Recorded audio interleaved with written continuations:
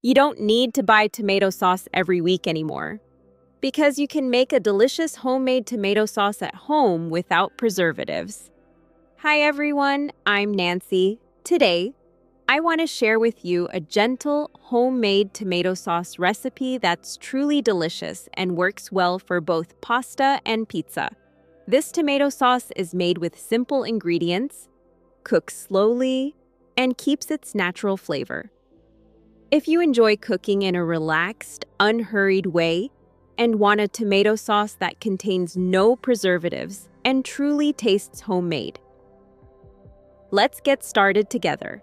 The main ingredients for this sauce include 1 kilogram of ripe fresh tomatoes, 1 onion or garlic, a few fresh basil leaves, extra virgin olive oil, and 1 small chili if you enjoy a bit of heat. That's all. This is a basic sauce, the kind that Italian homemakers use regularly. Once you learn how to make it, you can gently adjust it to suit your own taste and the dishes you enjoy most. Before we begin cooking, a little preparation makes a big difference in both flavor and cooking time. Start by washing the tomatoes thoroughly with water. Then cut them in half. Use a small spoon to remove the tough green core near the stem, along with some of the watery seeds inside. This step may seem small, but it is very important. By removing excess water, the sauce will cook faster and naturally become thicker without tasting watery. After that, cut the tomatoes into pieces of roughly equal size. When the pieces are even, they will cook evenly and release their flavor more consistently into the sauce.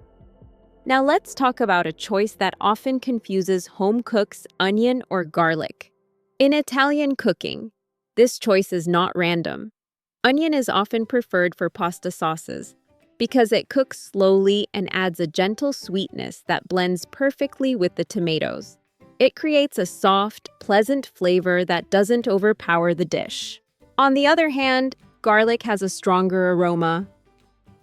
It is commonly used for pizza sauces or seafood dishes, where a bolder, more fragrant flavor is desired. I encourage you to try both versions on different days.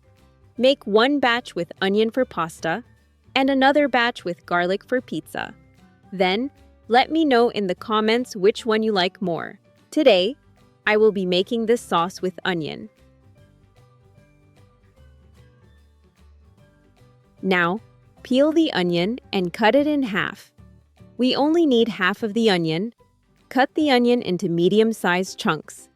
After preparing all the ingredients, it's time to start cooking the sauce. And this is where patience truly matters. Begin by placing the pan on the stove while it is still cold. Add a moderate amount of extra virgin olive oil, followed by the onion you prepared earlier, and then the chopped tomatoes. Only after everything has been added to the pan do you turn on the heat. Set the heat to medium. There is no need to rush. Let the sauce simmer gently for about 45 minutes, stirring occasionally to prevent sticking and to help everything cook evenly. As the tomatoes soften, you will notice them starting to release their juices, and the kitchen will gradually fill with a warm, comforting aroma.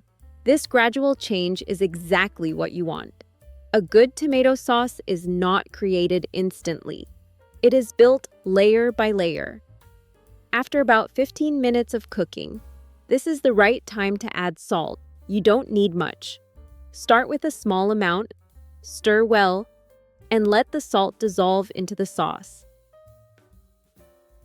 If you enjoy a bit of heat, you can also add 1 small chili at this point. Adding the chili now allows the spiciness to blend gently into the sauce without overpowering the tomato flavor.